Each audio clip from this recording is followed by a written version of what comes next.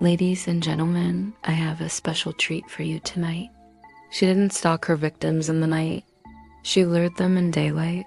She smiled before she pulled the trigger. This is the story of Aileen Wuornos, the woman many call America's first female serial killer. Welcome to Last Words Lounge, where every whisper tells a deadly tale.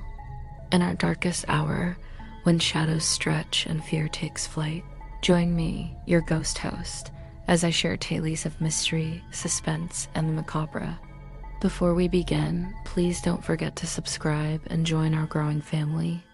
Now, let's dive into the chilling narrative of Aileen Wuornos. She grew up as Eileen Carol Pittman in Rochester, Michigan. Her childhood was far from idyllic. At 3, her mother, a prostitute, abandoned her, leaving Aileen in the care of her grandfather, who, if you can believe it, was even worse. When Aileen was just 11 years old, her own grandfather sexually abused her. At 13, she became pregnant and gave birth to a baby boy. At 14, her mother took her back.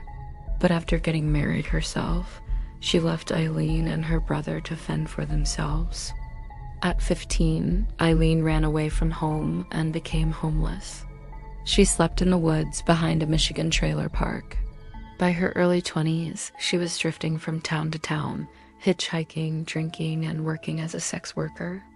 Men paid her for her favors, unaware that they were dealing with a ticking time bomb. Aileen believed the world had done her wrong, and soon she would strike back. It started in late 1989.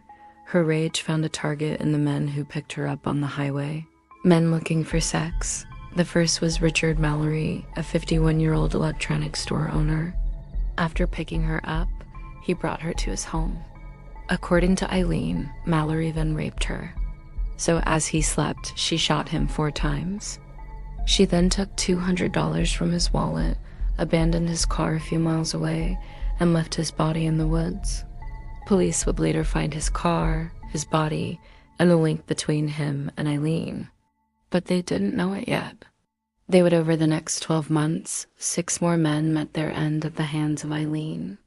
All were shot multiple times, their bodies dumped, their personal items pawned by one woman and her trustee. .22 caliber pistol. January 1991, Aileen was arrested in a Daytona biker bar. Her friend and lover, Tyria Moore, turned on her, wearing a wire and urging Aileen to confess. She did. On tape, she calmly explained each murder. She showed no remorse. But in court, her story changed. Aileen now said all the killings were in self-defense. That these men were monsters. The jury didn't believe her. In 1992, she was sentenced to death, not once, but 6 times.